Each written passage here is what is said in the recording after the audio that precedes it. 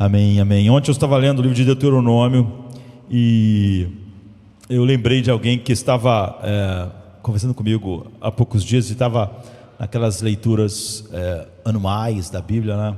Estava no livro de Deuteronômio e a pessoa me disse: é um livro que eu tive dificuldades, né, em cada parte enxergar o caminho para a cruz, para o Calvário. É muito fácil nós tomarmos a Bíblia e livros igual o Deuteronômio, e em vez de vermos o plano de Deus em Cristo, o Evangelho, enxergarmos um discurso motivacional. Na verdade, a gente pode dizer que grande parte do que é pregado não passa de discurso motivacional. E se a nossa geração tem dificuldade de ver o Evangelho nos Evangelhos, e lá nos Evangelhos ver um discurso motivacional, que é o oposto do Evangelho, não é?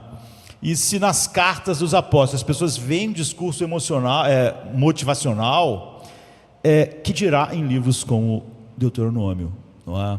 Que se você realmente não enxerga o Evangelho lá, parece até que ele é um discurso motivacional. Então, a Bíblia fica fechada para nós, e nós temos a mesma dieta do mundo se isso acontecer. Então, Deuteronômio 30, de 1 a 20, descortina para nós a maneira com que esse livro maravilhoso nos livra desse grande mal da nossa geração, tão secularizada, tão saturada do humanismo secular, que realmente perdeu o Evangelho e se alimenta de uma dieta rica em discursos motivacionais, em psicologia pop e não no Evangelho, e aí colhe os mesmos resultados, não é? Então, Deuteronômio 30, que ocorre no final da vida de Moisés, descreve como Moisés entrega Israel a novos líderes. Moisés está se despedindo, não é? Moisés talvez seja a pessoa que Deus mais usou junto com o apóstolo Paulo na história, e ele está se despedindo, está entregando Israel a outros líderes como Josué. Então é a despedida, é o fim. Então o povo entrou numa aliança com Deus no Monte Sinai, onde Deus essencialmente disse assim: eu serei o seu Deus e vocês serão o meu povo. É assim que eu quero que vocês vivam, e aqui estão as estipulações da minha aliança. Deus não falou para Israel: olha, vocês saiam do Egito, e se vocês fizerem o máximo para se libertarem, aí eu vou aceitar vocês pelo que vocês fizeram. Não, ele foi e tirou eles do Egito. Ele diz, como que por asas de águias. Ele fez isso, como Deus faz conosco. Ele que tira do império das trevas e nos leva para o reino do seu Filho amado. Ele nos salva soberanamente. Depois é óbvio que Ele é um Deus santo, e a nossa relação com Ele será ser levado a amarmos o que Ele ama e valorizarmos o que Ele valoriza, e vivermos de uma maneira digna do Evangelho operada em nós pelo próprio Deus, não é? Então agora Moisés está prestes a partir, os israelitas estão renovando a sua aliança. Ele quer que eles lembrem de tudo, Moisés, que eles lembrem de tudo, renovem a sua aliança, igual as pessoas fazem assim, depois de tantos anos de casamento, né? Hoje, por exemplo, eu faço 34 anos de casado. A pessoa, depois de muito tempo de casado, renova as alianças. Isso que está acontecendo aqui. Moisés escreve Deuteronômio como uma documentação dessa renovação de aliança, como um registro dessa renovação. E todas as coisas que os filhos de Israel devem fazer para viver como povo de Deus são expostas no livro de Deuteronômio. E é uma exposição maravilhosa dos 10 mandamentos e do que significa levar uma vida de integridade e de justiça. E perto do final do documento de renovação da aliança, em Deuteronômio 27 e 28, Deus, por meio de Moisés, ele apresenta o que é referido 2 vezes em Deuteronômio 30, de 1 a 20, como bênçãos e maldições. Bênçãos e maldições.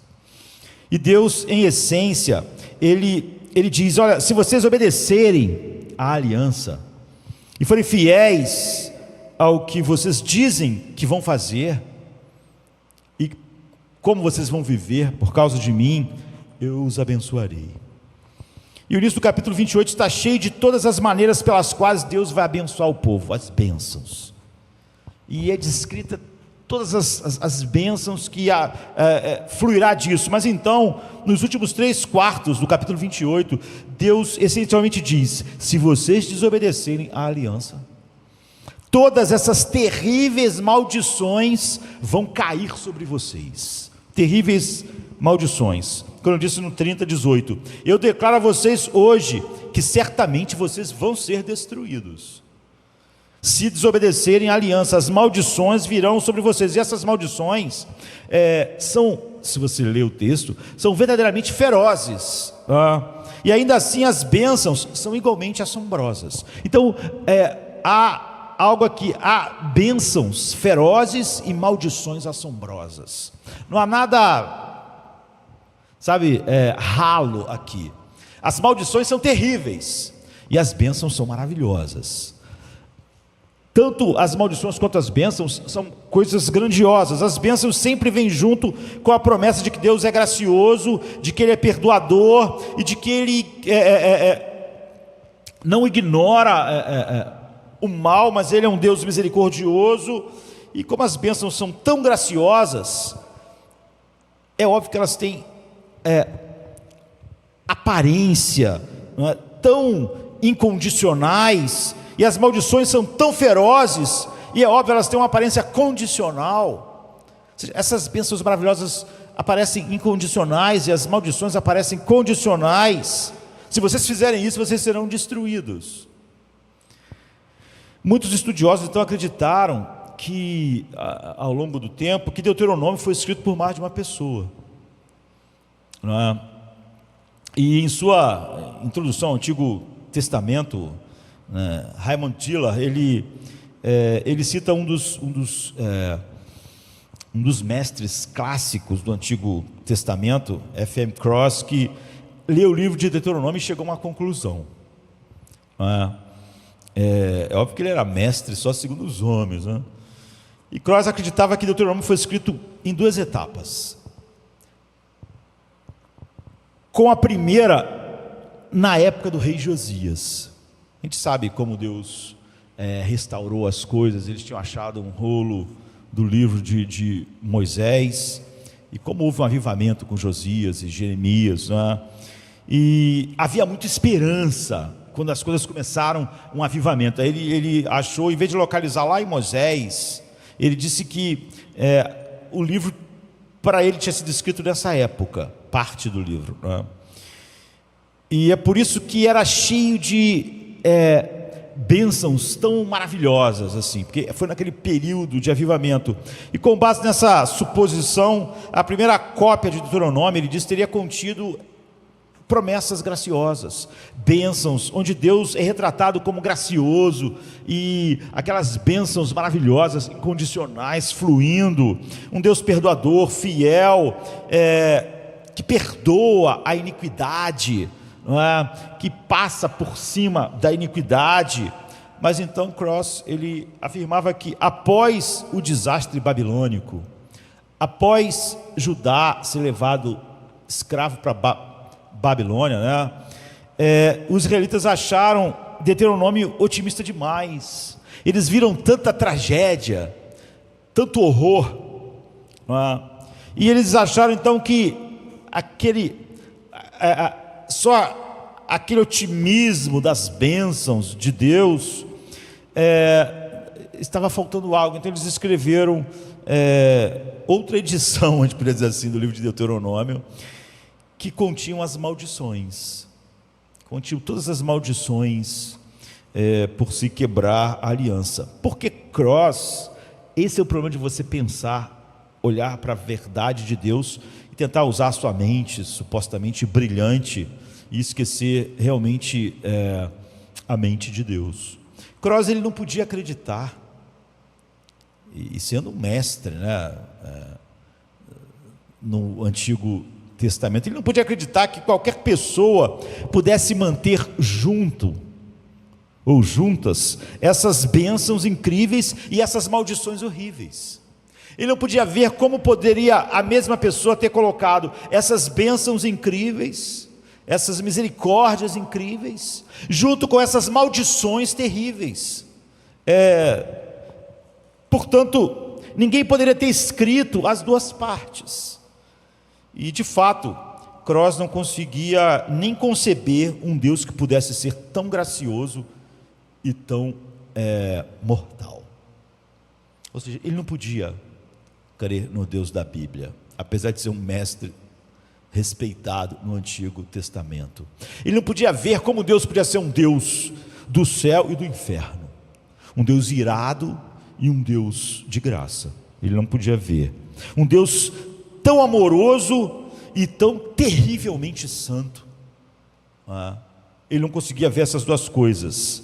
E Dillard faz um trabalho excelente ao destruir completamente toda essa ideia. Esse é o problema quando você tenta olhar a verdade de Deus com a mente do humanismo secular.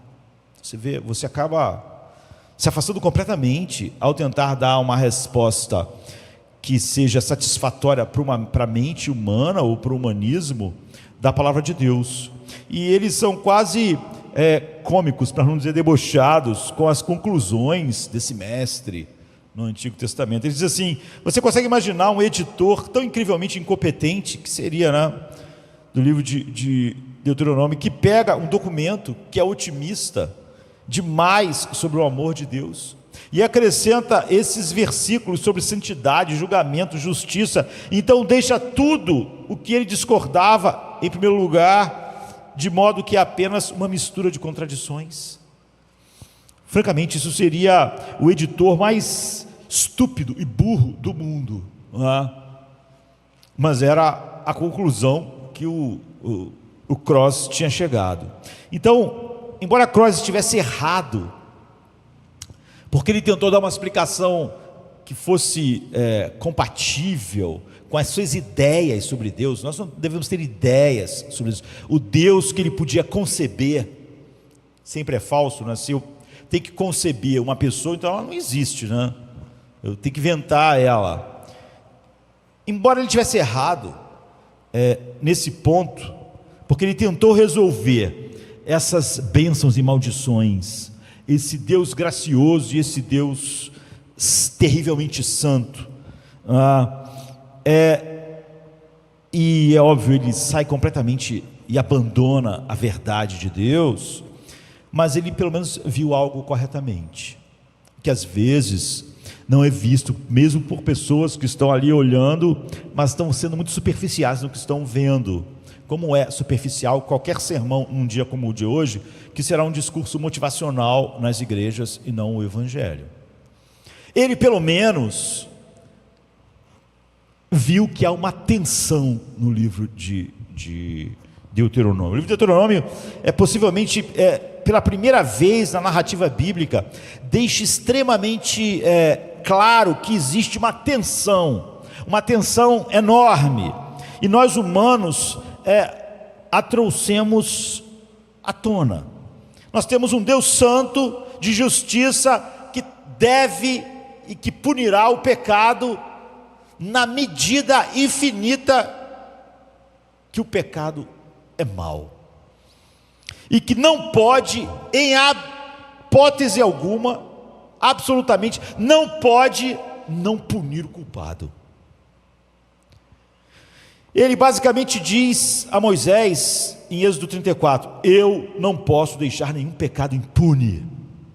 Quando Jesus diz assim, nenhuma palavra que saiu da boca do homem, uma palavra que escapou, deixará de ser julgada e punida naquele dia.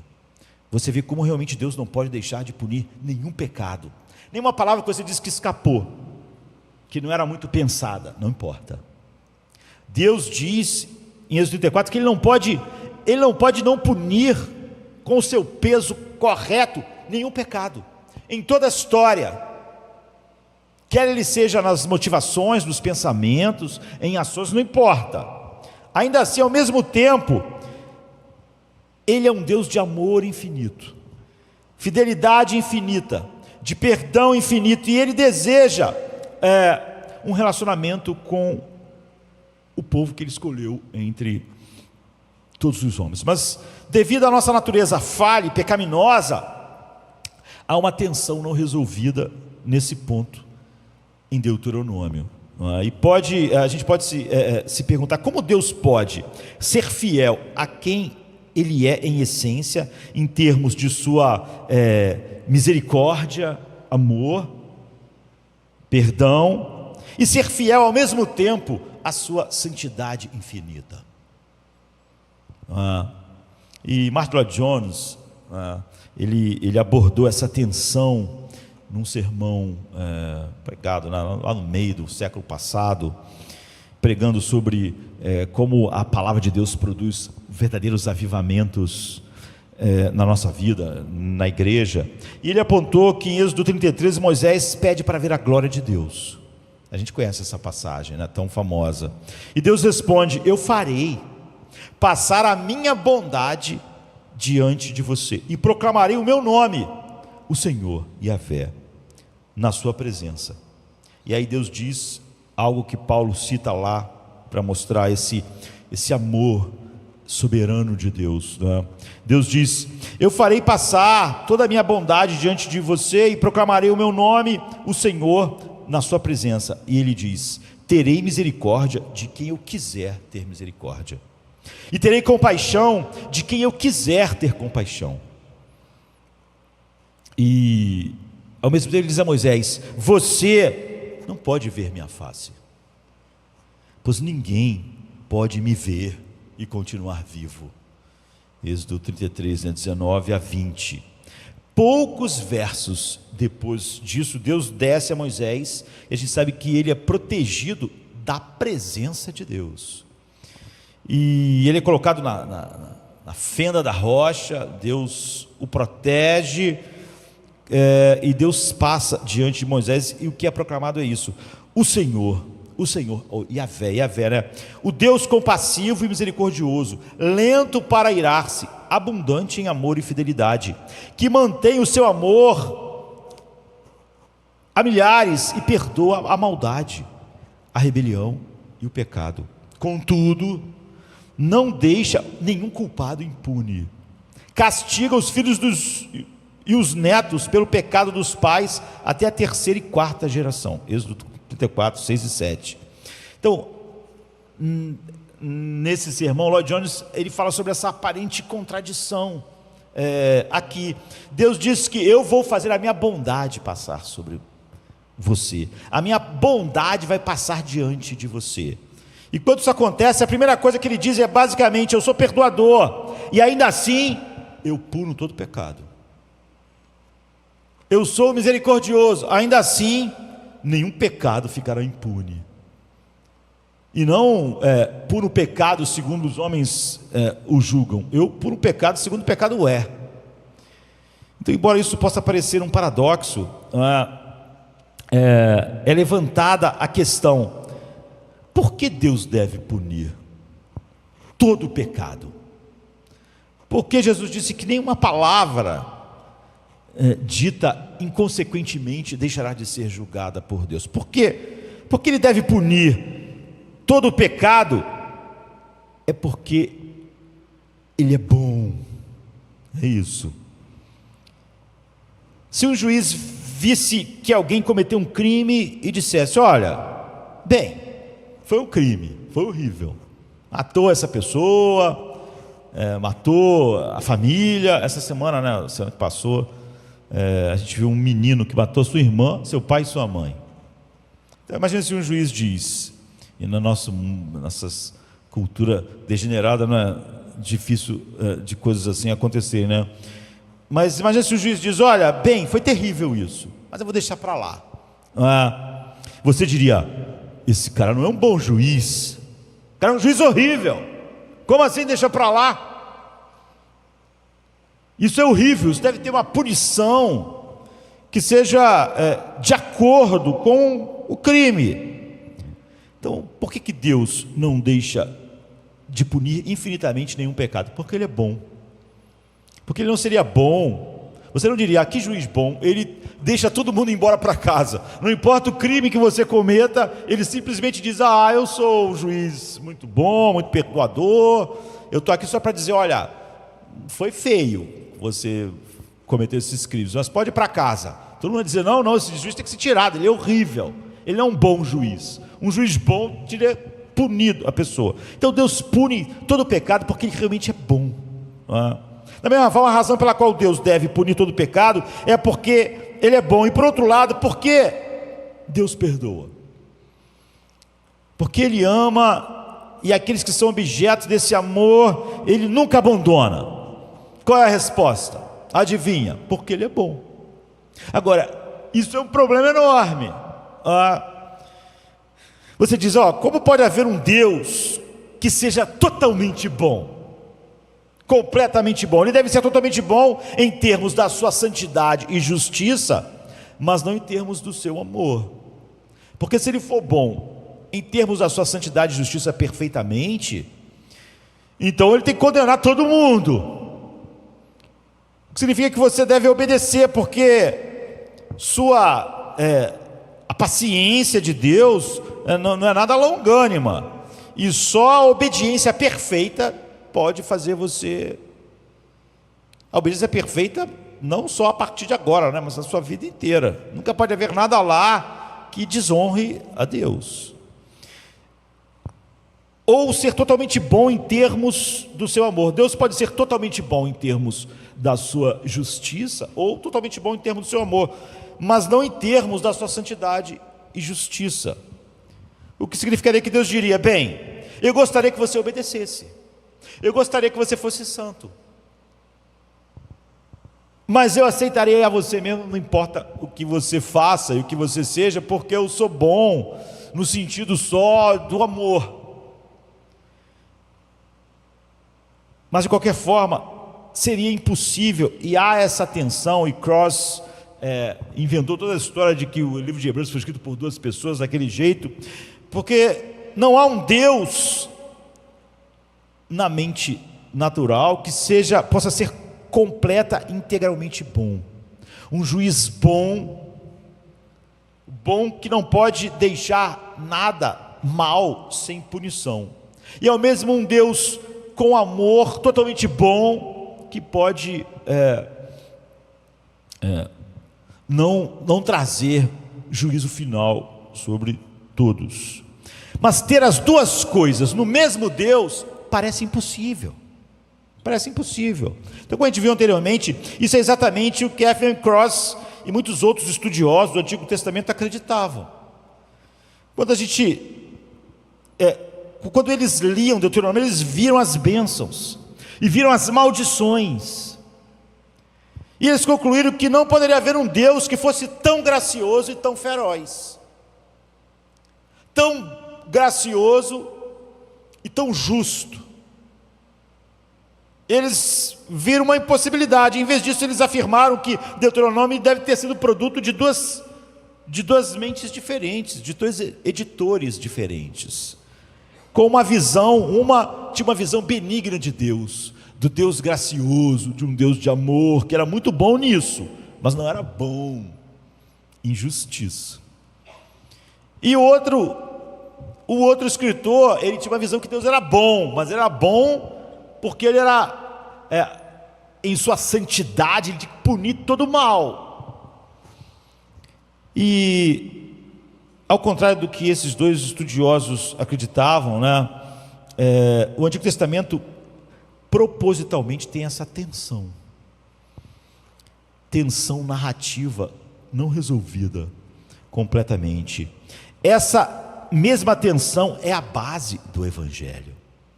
Essa tensão só serve para a entrada do Evangelho. O Evangelho não entrou em nossos dias, não no mundo, na igreja, exatamente porque, ao ver essa tensão, as pessoas, elas tentam resolver a tensão, igual Cross tentou resolver, com alguma ideia humanista. Então o Evangelho é jogado fora. Há uma tensão narrativa que significa que você não sabe o que vai acontecer, porque você vê forças poderosas, opostas, e essas forças estão em ação. Em outras palavras, por exemplo, quando você tem uma narrativa ou não tem uma narrativa. Vamos pegar uma história mais simples possível, a partir de um livro tão denso como é Deuteronômio. Por exemplo, a história de Chapeuzinho Vermelho. Se você contasse assim: olha, Chapeuzinho Vermelho levou doces para a vovozinha. Acabou. Porque isso não é uma narrativa. Nem crianças iam ficar: ah, que história interessante. Levou doces para a vovozinha? Ah, tá. Que bom. Isso não é uma narrativa, isso é um relato. Isso não desperta muita coisa em nós. Chapeuzinho Vermelho levou doces para a vovozinha. Mas quando diz Chapeuzinho Vermelho levou alguns doces para sua avó, mas o lobo mau estava à espera para devorá-la. Agora você tem uma narrativa. Por quê? Porque nós temos uma tensão. O que vai acontecer? É a pergunta que mesmo uma criança faria. Ah, ela foi levar o doce e tinha um lobo mau que queria devorá-la? Se você parar aí, a pessoa vai pensar: não, o que acontece? Antes, se você falasse só, o Chapeuzinho Vermelho levou doce para a vovozinha dela, você não vai perguntar: e daí? Tá bom, não tem uma narrativa. Mas agora tem. Você pensa: o que vai acontecer? O lobo vai devorá-la? Ela vai conseguir levar os doces para a vovozinha? Então você tem uma história, você tem uma narrativa. Perguntas começam a surgir. Interesse surge do que vai acontecer nessa tensão. Há forças opostas agindo. A tensão narrativa que impulsiona todo o livro de Deuteronômio é a mesma tensão narrativa que impulsiona toda a Bíblia, até a cruz. Então você responde: eu acho que isso não é resolvido em Deuteronômio. Não é? Sim e não. No Velho Testamento você vai ter sempre essa resposta para essas tensões que vão sendo criadas, essas tensões narrativas. O que é maravilhoso, lindo na Bíblia, é a antecipação que nós vemos ao longo dela, de como vai acontecer a resolução, mesmo que a resolução não tenha chegado ainda. E há essa antecipação aqui em Deuteronômio 30, há essa relação de Deuteronômio 30 com o futuro. Então, Deuteronômio 30 fala muito sobre o futuro, embora em um ponto pareça que Moisés, você sabe que Deuteronômio é uma série de sermões, é a primeira série de sermões já pregada, em um ponto pareça que Moisés está falando sobre o presente. A gente vai ver como Paulo explica isso lá em Romanos 10, que Moisés estava falando sobre o futuro e não sobre o presente. E a gente então quer olhar três coisas aqui. Primeiro, no futuro, todos nós falharemos, não é? Ninguém vive como Deus quer. Em segundo lugar, Deus consertará nossos corações. Em terceiro lugar, a mensagem do Evangelho será anunciada. Então, a primeira coisa é que você não pode ser bom. O Evangelho é perdido logo de entrada, porque hoje, na igreja, como no mundo, as pessoas acreditam que o homem pode ser bom. É por isso que grande parte do que é pregado hoje é, de alguma forma, o homem abrindo o seu caminho para o céu através do que? Da sua liberdade, do seu livre-arbítrio, da sua bondade.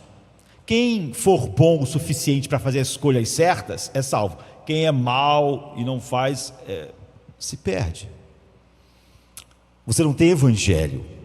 Então, que toda essa tensão na Bíblia fala desde o início é que você não é bom.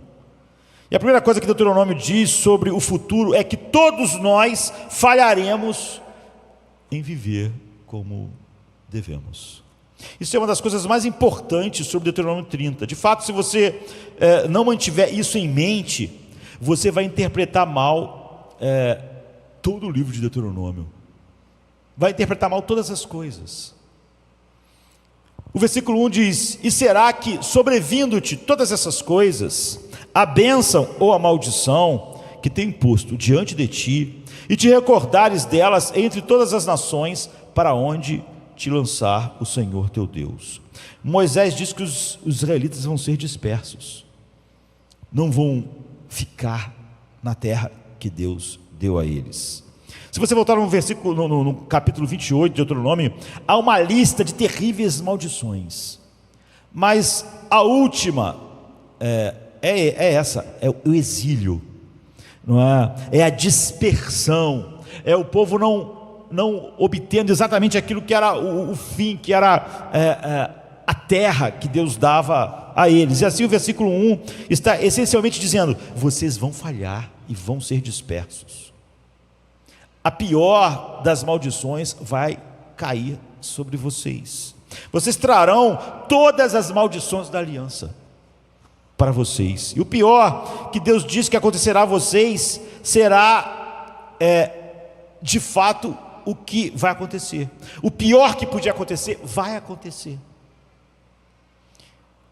E qualquer leitor ocidental de Deuteronômio sabe como nossa cultura adora palestrantes motivacionais. Os púlpitos estão cheios de palestrantes motivacionais, motivando as pessoas sobre o que elas conseguem fazer, o que elas podem fazer, contanto que elas se determinem. Nossa cultura e geração adora palestrantes motivacionais. Ele fala sobre nossas capacidades de, se nos esforçarmos, se quisermos direcionar nossas capacidades numa direção, nós conseguimos até ir para o céu. Nós gostamos de ouvir pessoas nos dizendo o que podemos fazer e como devemos viver, dizendo como devemos viver e que somos capazes de viver de determinada maneira. Por isso a psicologia secular pop faz tanto sucesso nos púlpitos, porque está falando sobre o que os homens são capazes, que eles podem fazer. E de certa forma eu diria que todo o livro de Deuteronômio é como um discurso motivacional, que é a lei. E é assim que muitas pessoas, e grande parte dos pregadores e mestres dos nossos dias, dizem: olha, se há uma lei é porque nós podemos cumprir, senão Deus não daria a lei. Quando na verdade Deus deixa claro de que a lei não foi dada para mostrar o que o homem pode fazer, mas para mostrar exatamente o oposto. A lei veio provar o contrário. Ninguém, Paulo diz, será justificado pelas obras da lei diante dele. Ninguém. A lei não fala sobre as capacidades humanas, a lei veio para mostrar a incapacidade. Então, Deuteronômio, até o capítulo 29, é um maravilhoso tratado ético, é uma visão de integridade, de justiça e vida humana no mais alto nível. Moisés está pregando, como eu disse, a primeira série de sermões da história. E como alguns descreveram o Deuteronômio, ele está basicamente dizendo: eu quero que vocês vivam assim. É assim que vocês devem viver. É assim que vocês devem viver em relação a isso, em relação a isso, em relação a isso, em relação a isso. Como todas essas coisas se relacionam com Deus. É assim que vocês devem fazer. Exatamente como um palestrante motivacional falaria hoje. É isso, isso, isso e isso, vocês vão ter que fazer assim, assim, assim. Mas como Moisés termina o seu discurso, que a princípio você veria como motivacional, depois de dizer aos israelitas para viverem de acordo com aqueles padrões de Deuteronômio 1 até Deuteronômio 29, ele efetivamente conclui, e isso é importante ser destacado: vocês vão falhar miseravelmente. Vocês não vão fazer nada do que eu falei durante toda essa série de sermões. Vocês vão falhar miseravelmente. Eu estou literalmente desperdiçando o meu fôlego falando tudo isso para vocês. E você poderia dizer que isso não é bom para um discurso motivacional. Dizer que depois de tudo que eu falei, todo mundo vai falhar em tudo, porque o discurso motivacional ele motiva exatamente dizendo que as pessoas são capazes de fazer aquelas coisas e de mudar as suas vidas.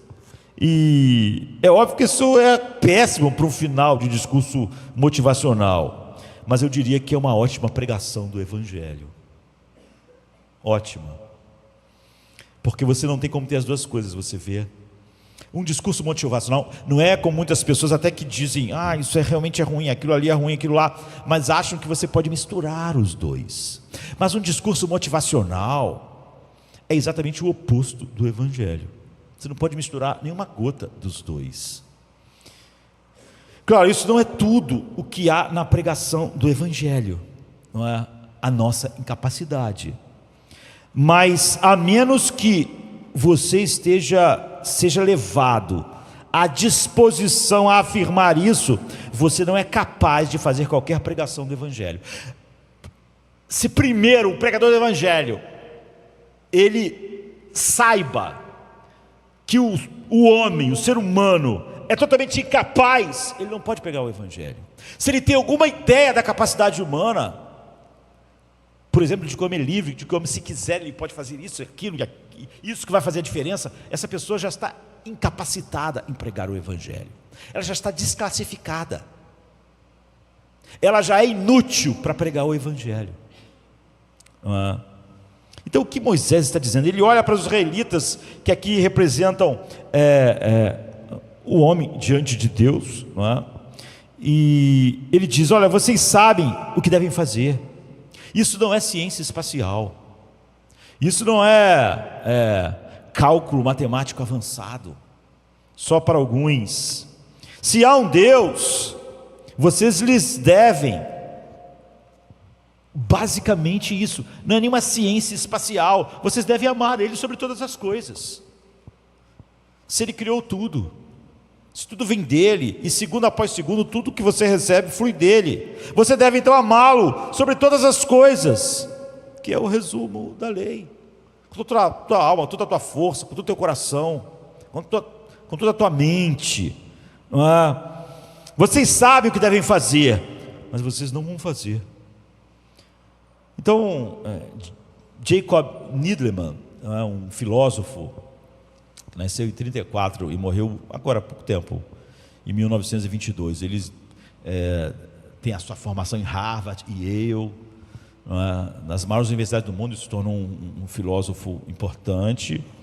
E também em Freiburg, na Alemanha, na Universidade de Freiburg, ele passou muitos anos sendo professor na Universidade de São Francisco, e tem uma obra importante.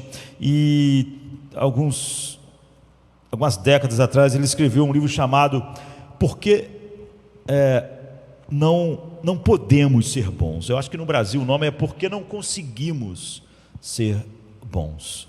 É uma obra famosa desse filósofo. E está dizendo que apesar de todas as terapias, resoluções, programas motivacionais, programas de autoajuda e da vasta literatura disponível aos homens e mulheres hoje,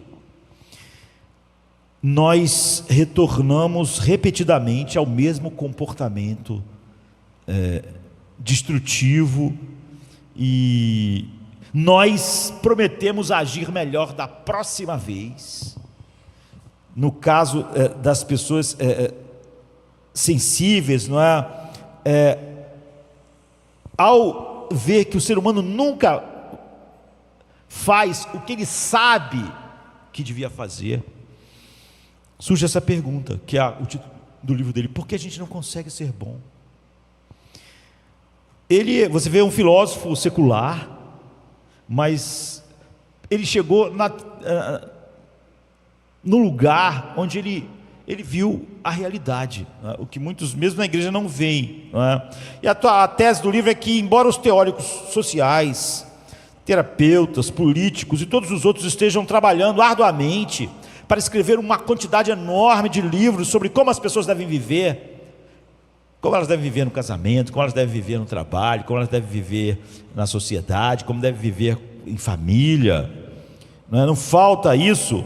Há apenas uma coisa que eles estão esquecendo.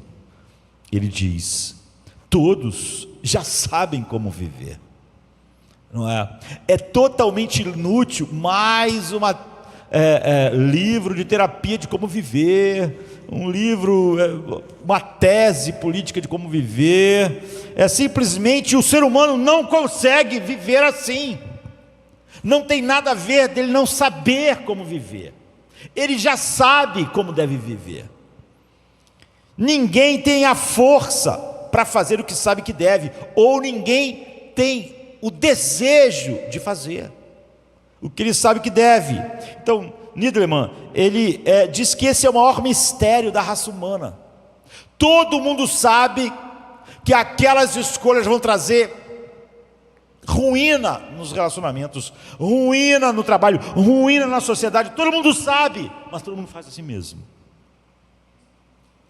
Que é totalmente desnecessário o próximo livro para dizer como devia ser tratado o outro, na relação pai e filho, na relação marido e mulher, na relação amigo, na relação trabalho. Todo mundo já sabe, e todo mundo faz sempre da maneira diferente do que sabe. E ele diz: por que estamos escrevendo todos esses livros para dizer às pessoas como elas devem viver? Elas já sabem. Esse não é o problema do ser humano. As pessoas sabem o que devem fazer. Como você não precisa de que alguém fique te dizendo como viver na igreja para você viver em paz. Você já sabe.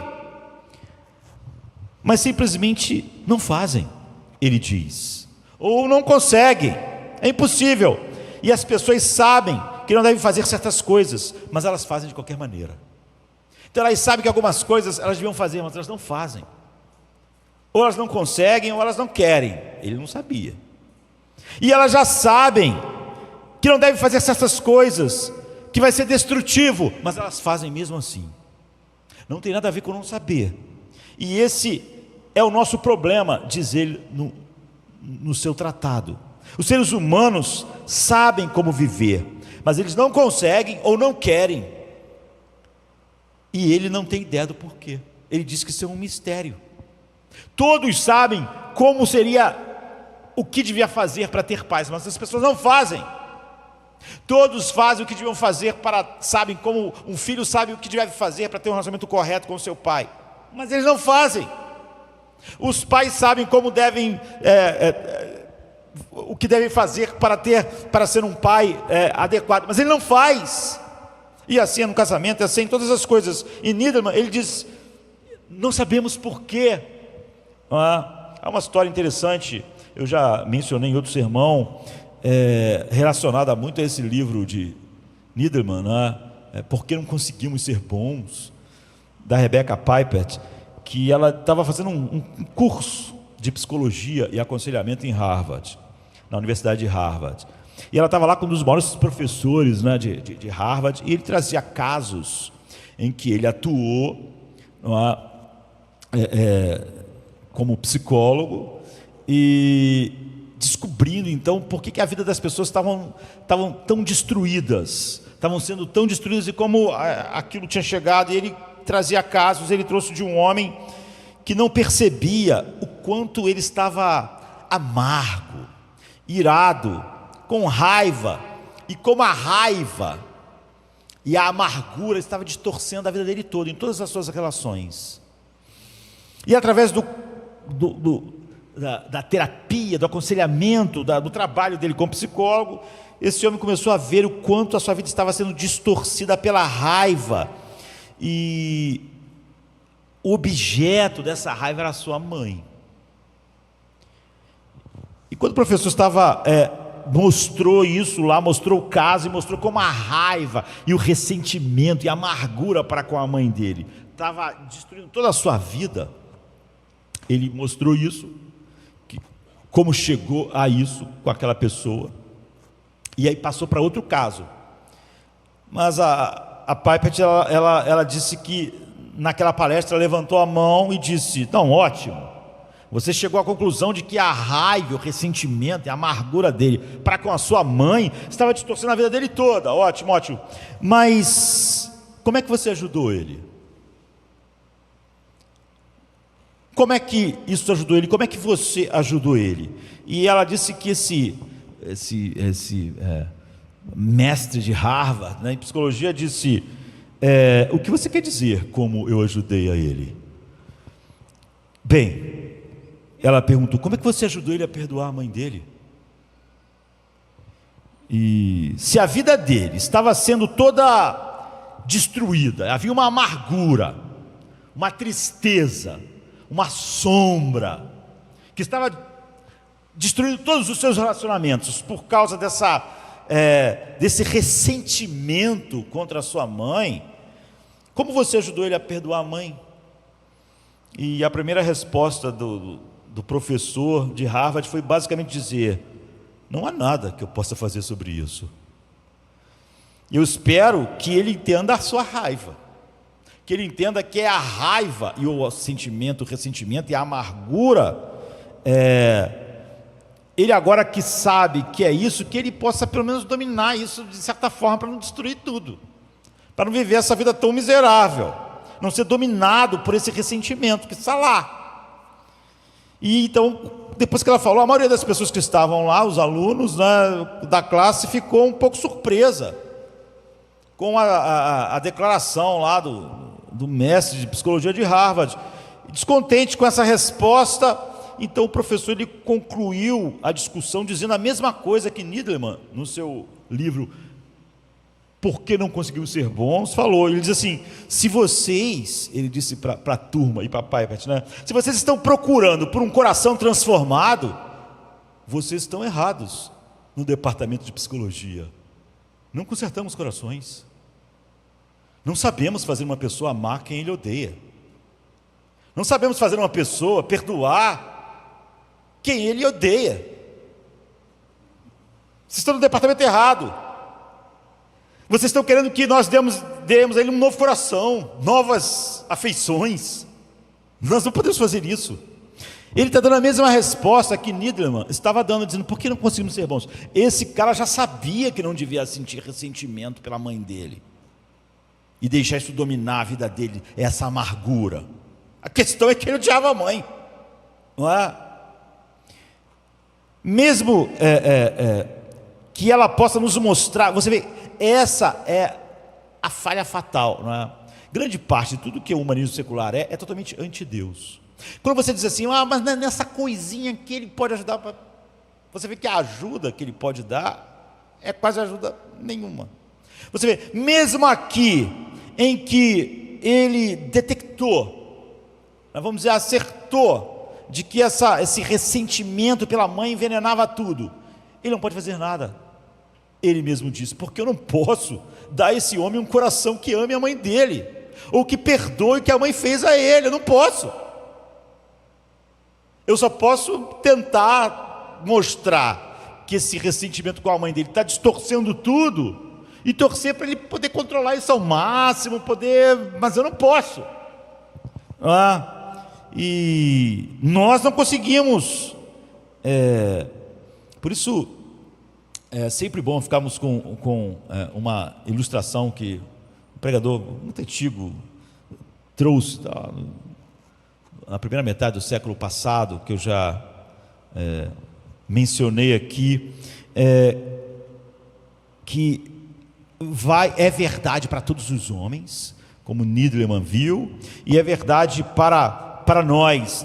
Romanos 2 diz que os gentios, os pagãos, que não conhecem a lei de Deus, não conhecem a Bíblia, nunca ouviram falar de Jesus.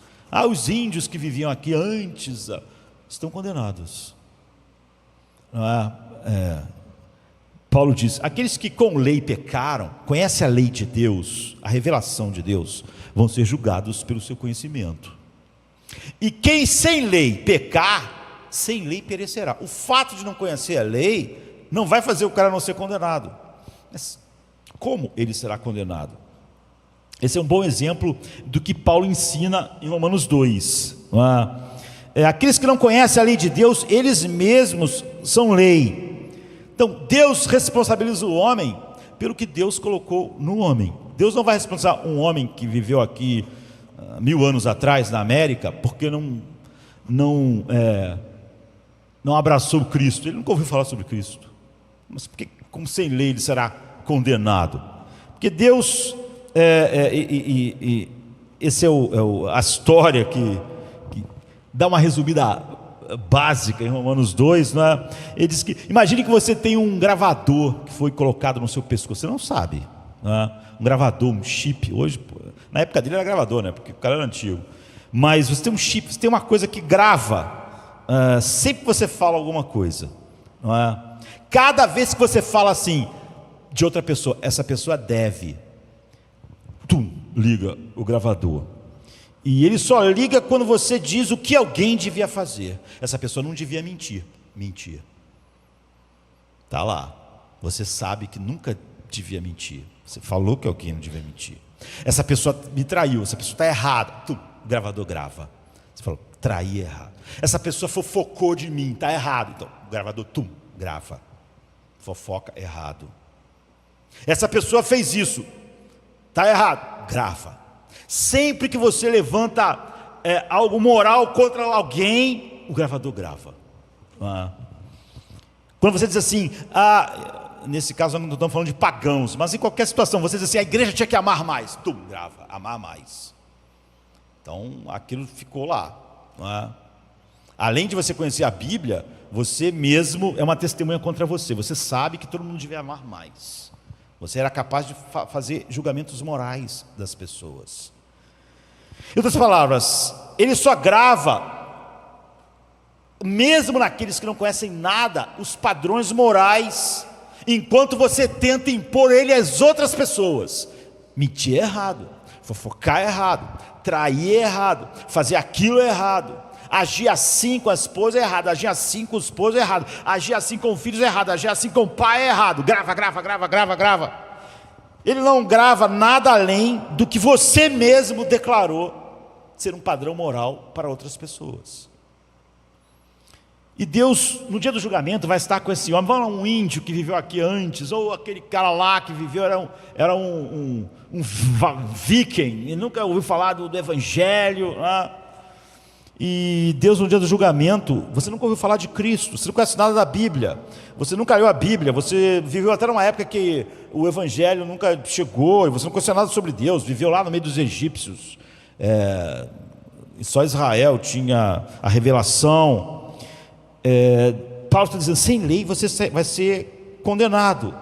E porque naquele dia Deus vai dizer assim, olha, vamos pegar o gravador. Você, que gravador? Não, estava aí, você não sabia, mas eu botei o gravador aí.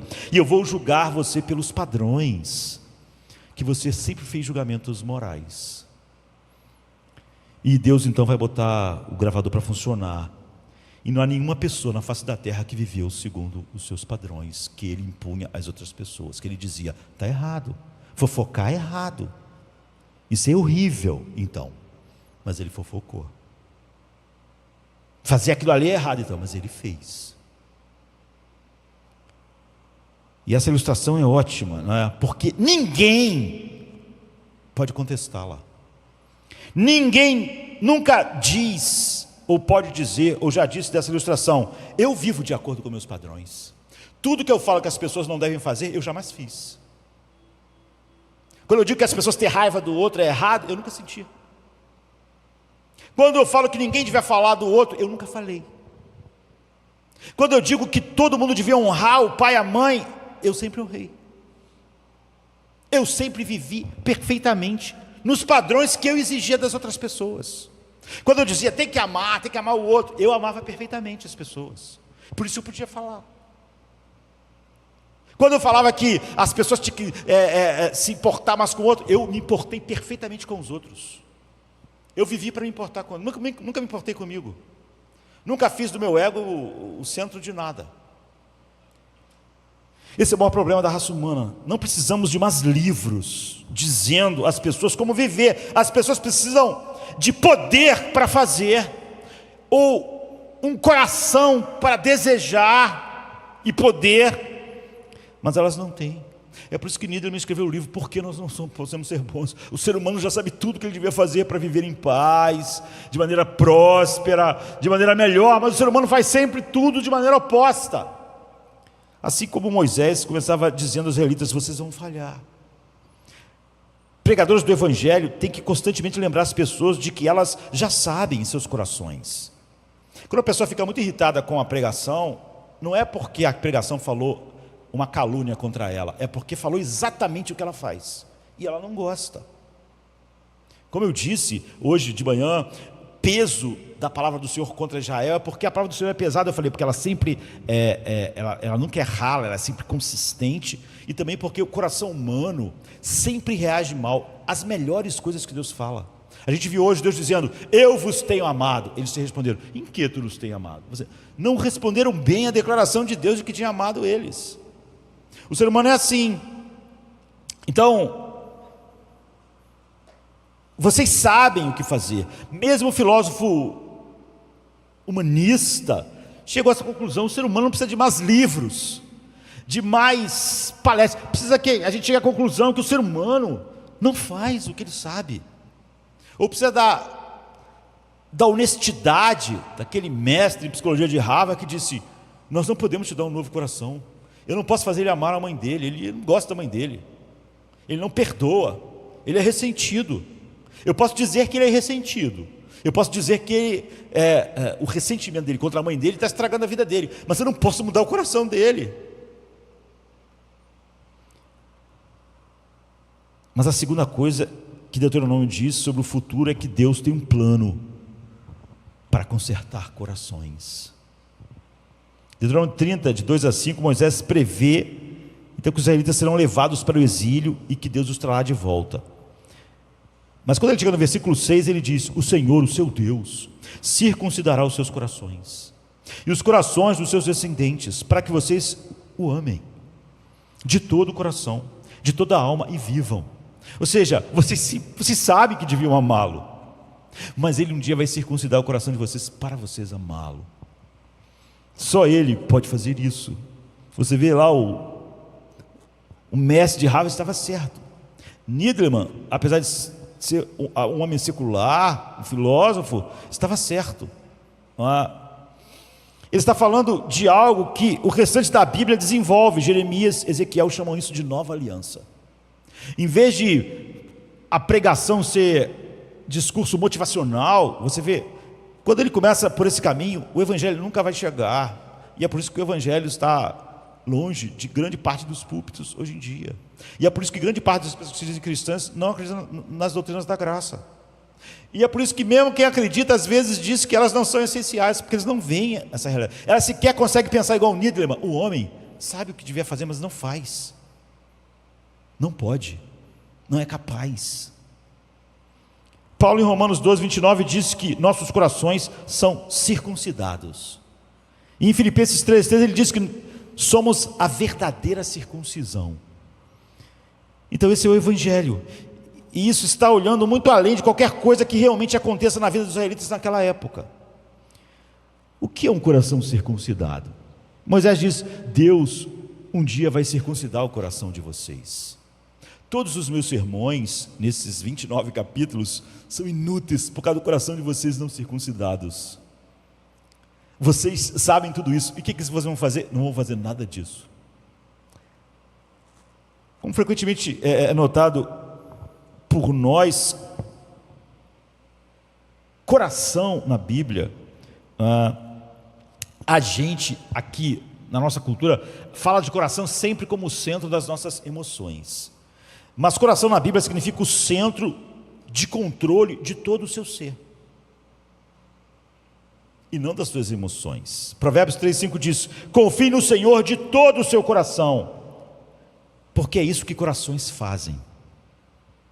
Todos os corações confiam em coisas. E isso domina todo o resto do ser humano: vontade, anseios, amores. Então, essa é a escravidão humana. Se o coração é escravo do pecado, não importa se você diz assim, o homem ele faz sempre o que ele quer, é verdade, mas ele sempre quer o que o coração dele mais ama. E o que o coração dele mais ama é o que ele escolhe. E a mente dele racionaliza o que ele escolhe. É uma escravidão terrível. Gênesis 6,5 diz: a inclinação do coração humano é totalmente má. É por isso que nunca, apesar de até os púlpitos falarem isso, o coração do homem pode simplesmente usar da sua liberdade para escolher Deus, porque ele não é livre. O coração que controla, não as emoções, mas a vontade, a mente e todas as coisas, ama as trevas. O Niedleman, ele disse: eu não sei porquê, o ser humano sabe o que deve fazer, ele não faz, é um mistério, porque ele não conhecia o evangelho. Nós sabíamos por quê. O homem sabe, não precisa de mais um livro para dizer como o homem deve viver. É a inutilidade de mais um livro, de como fazer o casamento funcionar, mais um livro, as pessoas já sabem. terapia, vou ficar 5 anos aconselhando um casal como deve viver um com o outro. Eles já sabem. Eles simplesmente querem que o outro seja quem eles querem, e o outro quer que ele seja quem o outro quer. E essas duas pessoas que querem que o outro seja tudo em função dele, vão viver se chocando. Deuses se chocam. O verdadeiro Deus só não se choca porque não há outro Deus sem ser Ele. Então em Mateus 6:21 Jesus diz: pois onde estiver o seu tesouro, aí vai estar o quê? O seu coração. Vai estar o que controla a sua mente, o que controla a sua vontade. Você vai fazer isso, mesmo que você saiba que aquilo não é o melhor. Teu coração é o lugar onde você decide no que você confia. Por isso que você viver ansioso, não confiar em Deus é um pecado tão grande, porque o seu coração já decidiu que Deus não é a sua fonte de confiança. Por isso que Deus trata Israel temendo, não entrando na terra daquele jeito. Vocês vão ficar 40 anos no deserto. Mas coitados, eles não conseguiam, porque os traumas da escravidão fizeram ele. Mentira! O coração deles confiava em outra coisa que não era Deus. É por isso que essas coisas são tão ofensivas a Deus. É por isso que Deus nunca trata ela com ânimo leve, como as pessoas e como os púlpitos às vezes tratam. E recorre ao humanismo secular para explicar por que das nossas agonias, temores e ansiedades, fingindo que não é porque nosso coração tem outra fonte de confiança que não é Deus. Você está falando: desculpe Deus, mas eu não consigo confiar em Ti. Eu confio que essa outra coisa que vai me fazer feliz, essa coisa que vai me dar segurança, essa outra coisa que vai fazer eu ser pleno. Desculpa. E como eu estou vendo essa coisa ameaçada, eu estou com muito medo, porque eu não confio em Ti. Meu coração não se deleita em confiar em Ti. Então o seu coração é o lugar onde você vai decidir em quem confiar, ao que você vai se inclinar, o que você vai valorizar mais. O teu coração é onde você decide qual é o seu bem supremo, qual é a sua última esperança. Sabe, aquilo que entre todas as coisas é a tua esperança final, e é o que você vai pensar durante todo o dia. Então um bom teste, né? Isso foi dito há tanto tempo atrás que já está na mente de todos nós. Sua religião é o que você faz com sua solidão. Hoje cada vez mais difícil a gente pensar sobre solidão, porque a gente está sempre, de alguma maneira, a gente está sempre podendo estar envolvido com um monte de coisas. Então qual é a coisa para a qual quer dizer isso? A tua mente vai automaticamente quando você não tem mais nada no que pensar. Isso pode ser difícil, como eu disse, porque a gente está no mundo da internet, celulares, e quase nunca a gente pode dizer que está na solidão. A gente se ocupa. Mas pense nas coisas mais simples. Antigamente, quando eu estava num ponto de ônibus, eu tinha que ficar meia hora no ponto de ônibus, não está fazendo nada, né? O que a gente faz no ponto de ônibus? A gente fica pensando. E naqueles minutos, 20, 30 minutos, para onde nosso pensamento vai? O que nós pensamos? O que ocupa a nossa mente? Preocupações ligadas a quê? A gente pensa naquele tempo que a gente não tem nada para fazer, nossa mente não está ocupada com nada, nossa mente vai automaticamente para Deus, para a sua glória, para seus atributos, para as suas perfeições, para o que Ele fez por mim. O nosso coração tende a fantasiar sobre outras coisas, mesmo quando a gente finge ser espiritual. Por exemplo, um pastor pode pensar: se ao menos a igreja pudesse crescer em número. Essa pessoa não está pensando em Deus. Mesmo parecendo ser espiritual, quando ela está sozinha, ela pode pensar o que quiser, o coração dela vai para aquilo que é mais importante para ela. Então talvez nós pudéssemos fazer aquilo, talvez se Deus fizesse isso, aí eu poderia fazer aquilo outro. O pensamento não está em Deus, mas na utilidade dele, naquilo que eu realmente confio que vai fazer a diferença.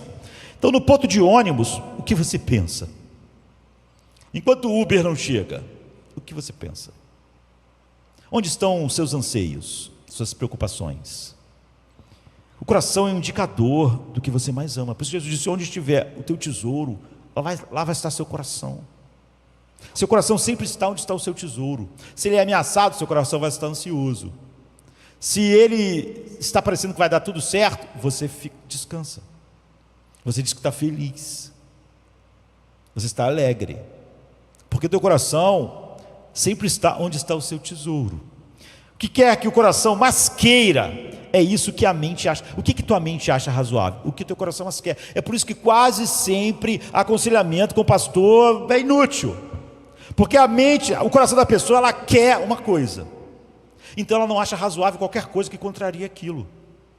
Então se ela conversa com o pastor diz, ó, a palavra de Deus diz isso, isso. Mas como não é aquilo que ela quer, ela não acha razoável, ela tem argumentos. Então ela procura outro pastor. E quando ela não pode procurar mais pastor, ela procura alguém na internet. Até que alguém diga o que a mente dela acha razoável. Mas o que a mente dela acha razoável? O que o coração dela quer.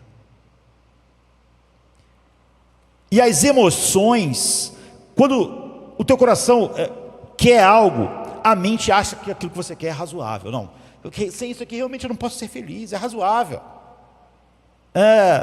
E aí as suas mentes começam a achar, as suas emoções começam a achar aquilo desejável. E a sua vontade começa a achar que aquilo é possível.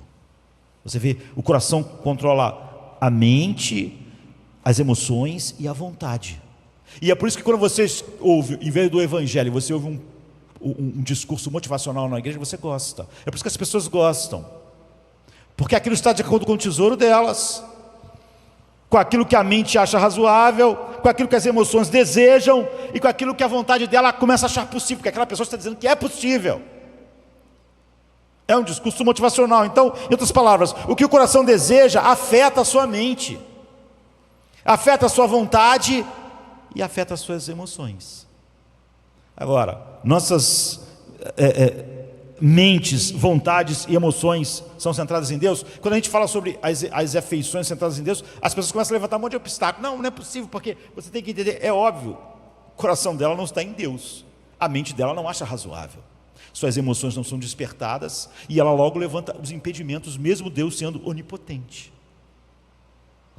Agora, quando examinamos o que as Escrituras falam por coração, o que significa ter um coração circuncidado, já que é isso que Moisés falou, um dia Deus vai circuncidar o coração de vocês, e então vocês vão poder experimentar isso. Parece uma ideia assustadora, não é?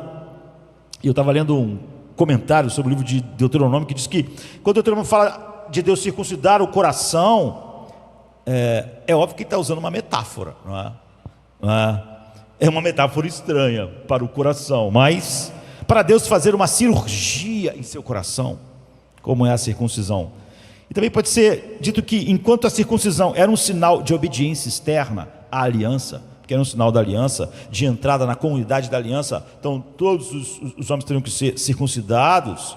A circuncisão do coração é a motivação do amor interior de obedecer a Deus. A circuncisão externa era a declaração de que eu ia obedecer a Deus. Mas o coração circuncidado é um coração que tem uma motivação centrada em Deus. Essa motivação vai controlar, do coração, vai controlar a mente, vai controlar as emoções e vai controlar a vontade. É por isso que nunca um pecador, a vontade dele foi escolher Deus. Isso não acontece nem com os homens caídos, nem com demônios. Porque o coração tinha que mudar antes, para que a mente fosse controlada, as emoções, as afeições e a vontade.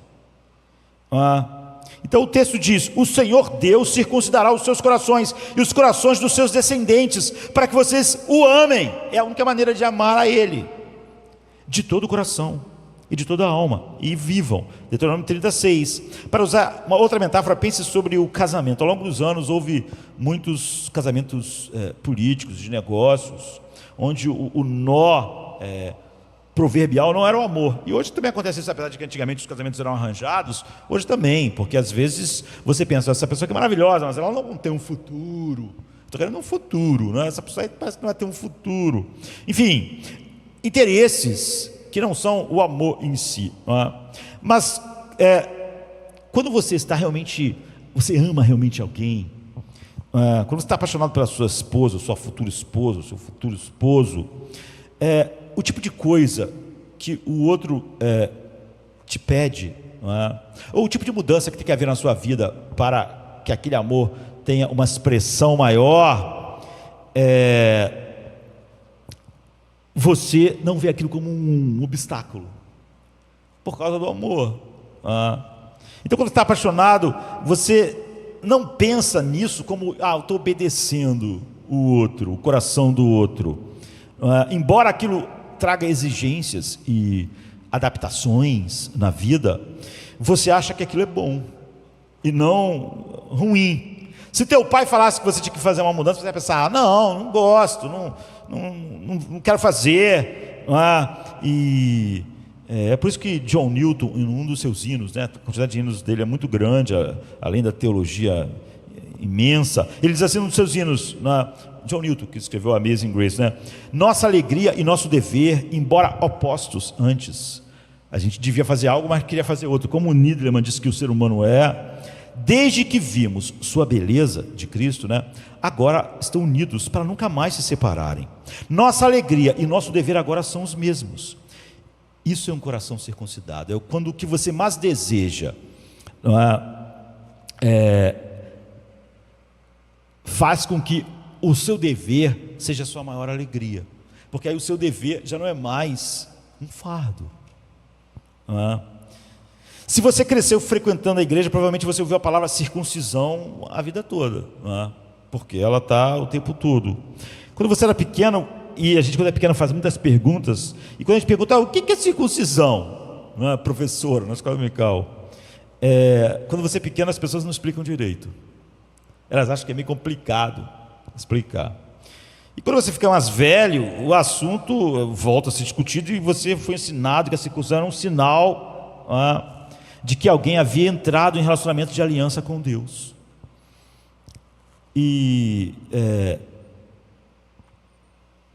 você pensa, isso é brincadeira, você tinha que Deus pediria alguém para fazer isso, cortar o prepúcio como um sinal da aliança com ele? Sim, é uma circuncisão, parece meio repugnante, sangrento e doloroso, não é? E nos dias do Antigo Testamento você não assinava um contrato no papel, em vez disso você encenava as maldições. Sempre a aliança era assim, você sempre encenava as maldições de quebrar a aliança.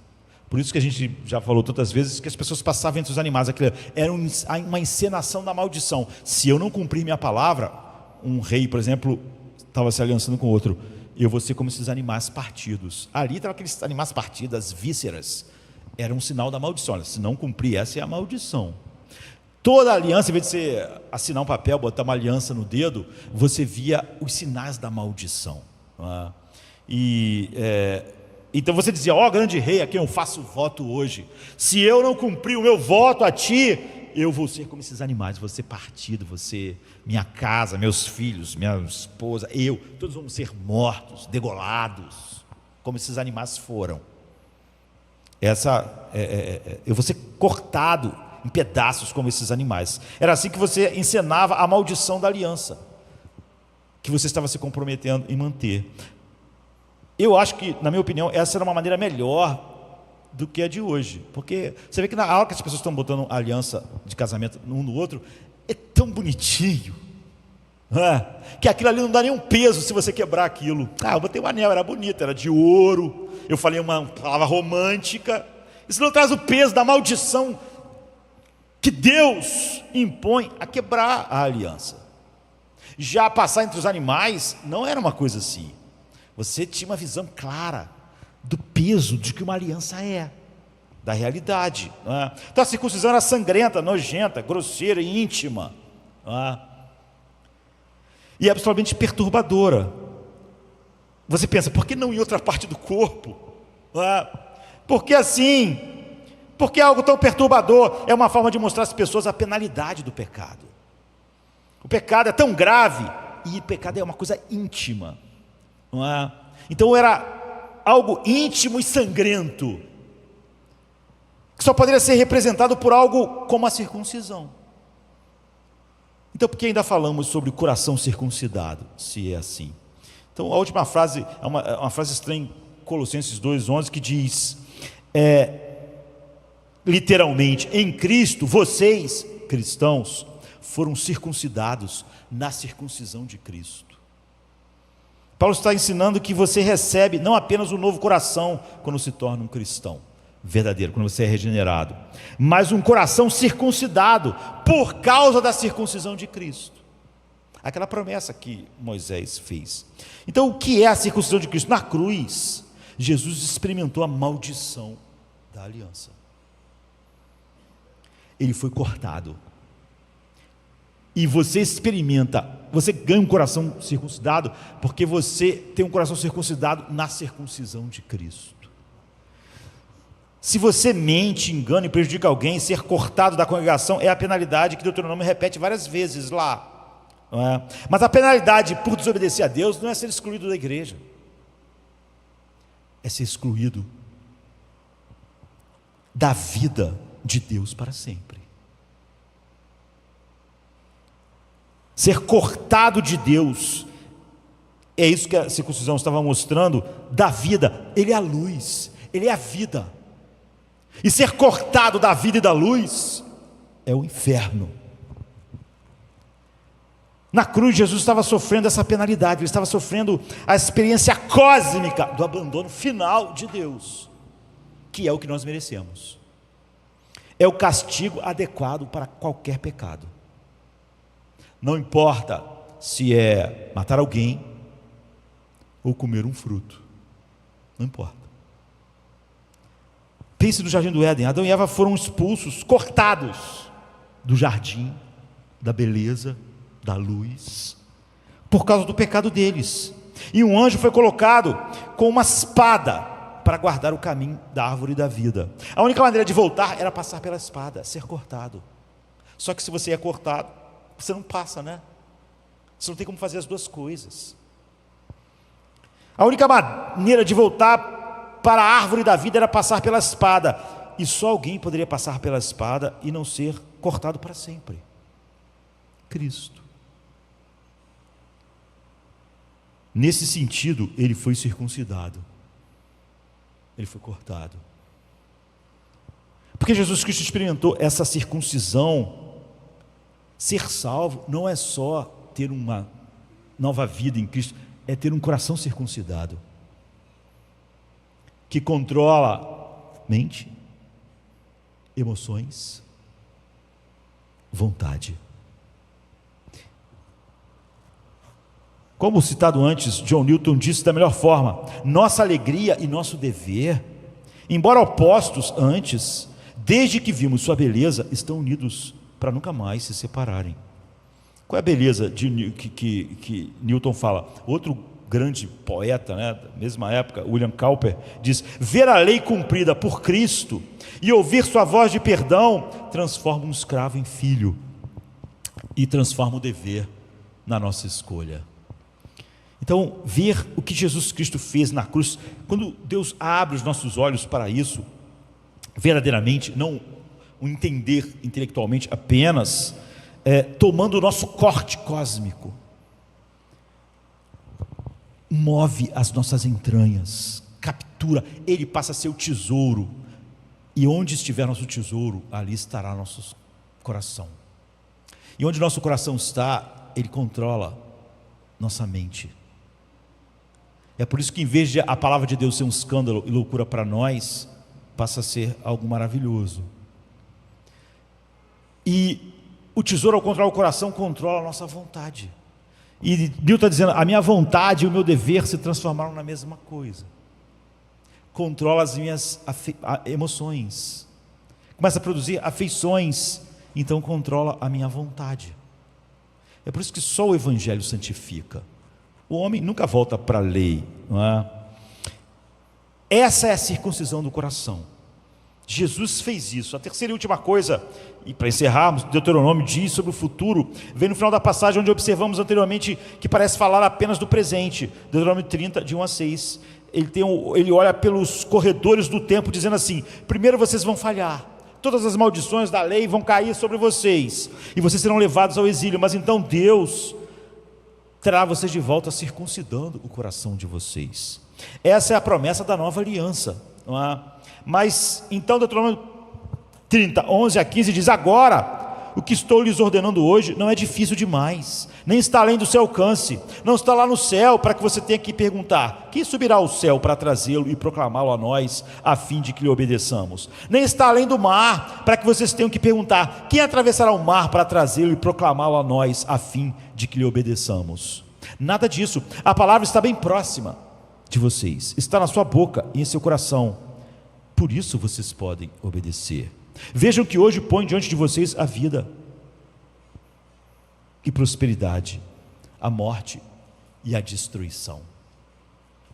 Pode parecer que Moisés está voltando ao presente quando descreve, ele está dizendo: hoje é colocado diante de vocês. Que coração pode escolher assim? Onde está nosso tesouro, está no nosso coração. Ele diz que sua lei não é difícil demais. Ou seja, está falando sobre o hino de John Newton. O que significa? Por um lado, significa que os israelitas não têm desculpa.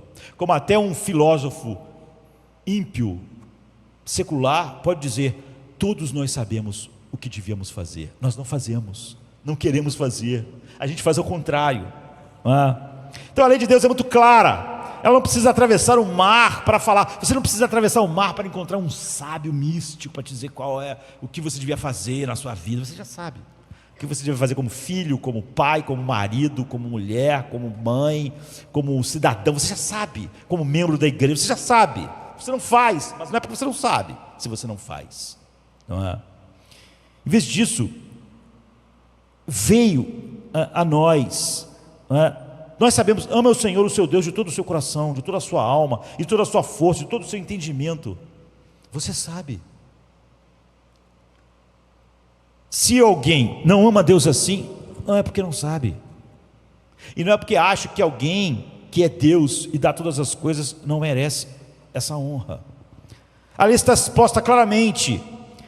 Eles não têm desculpas. Como nós vimos, quem nunca ouviu a lei diretamente também não tem desculpa. Ainda assim, esse texto, na verdade, que parecia estar falando sobre aqueles dias, é trazido para nós em Romanos 10. Sabendo que Moisés já disse que os israelitas não podem e não irão guardar a aliança, e que dependiam de um coração circuncidado. Ele fala aquilo, mas aquilo não é a realidade que os israelitas simplesmente podem abraçar. Eles precisam de um coração circuncidado. Paulo está absolutamente certo ao pegar isso que Moisés disse, quando ele traz para o Evangelho, que era para onde Moisés estava apontando, em Romanos 10, 4, 6 a 9, ele diz: pois o fim da lei é Cristo, para a justificação de todo o que crê. Ele diz: mas a justiça decorrente da fé diz assim. Aí ele cita o que Moisés disse: não diga em seu coração: quem subirá ao céu. Aí ele abre assim, aspas para explicar melhor. Isso é, para trazer Cristo do alto. Ou, quem descerá ao abismo? Voltando para Moisés. Isto é, para fazer Cristo subir dentre os mortos.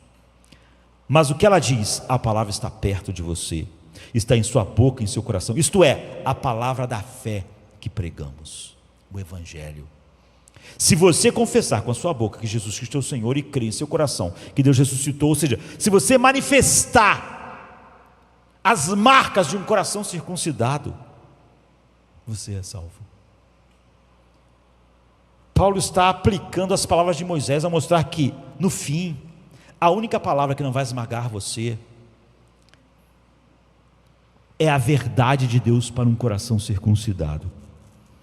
É a única coisa que não é difícil demais. Não é difícil demais porque onde o teu coração está, sua mente não luta mais contra.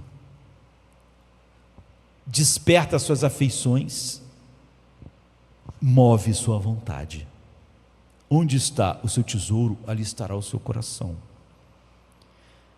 É por isso que Paulo está dizendo: a justiça que não vem pela lei, não é um discurso motivacional, não estamos ensinando o que você pode e deve fazer com o seu coração, que tem um tesouro que não é Cristo. Nós estamos dizendo que Deus circuncida os corações. Então, você passa na circuncisão de Cristo ter um coração circuncidado, que é a promessa: Deus circuncidará vossos corações para que vocês o amem. para ele ser o centro, ser o tesouro. Fazer isso é como trazer Jesus do abismo. Quando você quer com a sua justiça ser aceito por Deus, é como se você pudesse, você mesmo, nas suas capacidades, trazer Cristo do abismo, ou manter Jesus no céu. Mas você precisa daquilo que ele mesmo fez, descer ao abismo e subir ao céu.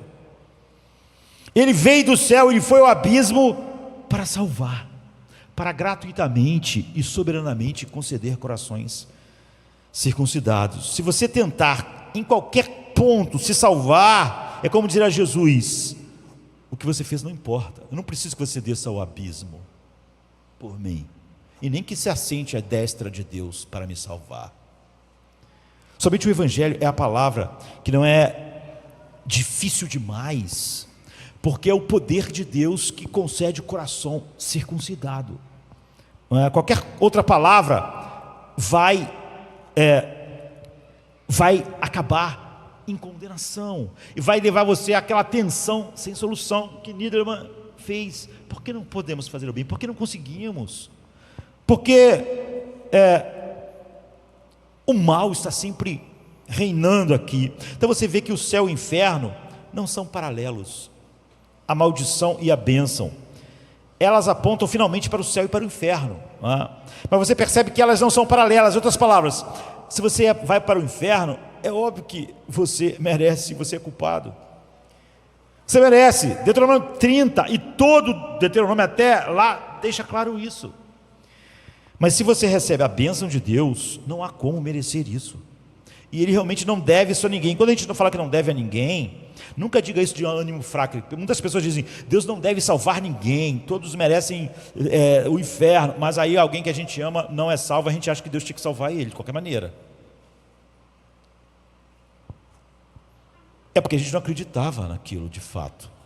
Nunca devemos dar a ninguém a impressão de que o inferno é merecido e o céu também é merecido. Nós devemos sempre deixar, a nossa pregação deve ser clara de que o homem não merece nada na salvação. Portanto, Deus salva realmente. Aquela revelação: terei misericórdia de quem não tiver misericórdia, é simplesmente a bondade infinita de Deus sendo revelada. Você pode ver isso claramente na forma como as bênçãos e as maldições são discutidas em Deuteronômio. O Evangelho distorcido diz que é igual, que você pode realmente receber as maldições pelo que você faz e receber a bênção de Deus pelo que você faz também. Mas não é verdade. Você só pode receber as bênçãos de Deus pelo que ele faz, na circuncisão que ele experimentou, e ele dando a você um coração circuncidado. Se você fizer qualquer coisa contrária a isso, Deuteronômio está dizendo: você merece maldição. Essa é a condição de todos nós. Mas a obediência, ela flui de um coração circuncidado que tem em Cristo o seu tesouro. Ele não faz mais aquilo para ser circuncidado, mas porque foi. Sua mente, que é controlada pelo seu coração, suas afeições e sua vontade agora estão direcionadas para Deus. Você vê, Deuteronômio, ele cria tensão, mas ele aponta para Romanos, e então você pode ver a glória da graça de Deus sobre nossas vidas, e como é fácil nos desviarmos do Evangelho para outra coisa, ou justificarmos a falta do Evangelho em nossas vidas. O que nós devemos falar quando olhamos para Deuteronômio e chegamos até Romanos e vemos a grandiosidade de como Deus realmente pode ser infinitamente santo e infinitamente amoroso, sem a tensão que fez aquelas pessoas dizerem que Deuteronômio foi escrito por 2 pessoas, ou sem ficar, se formos honestos, mesmo que no humanismo secular, como Niederman, não sabemos, é um mistério, o homem sabe o que deve fazer, mas ele nunca faz. Podemos realmente descansar.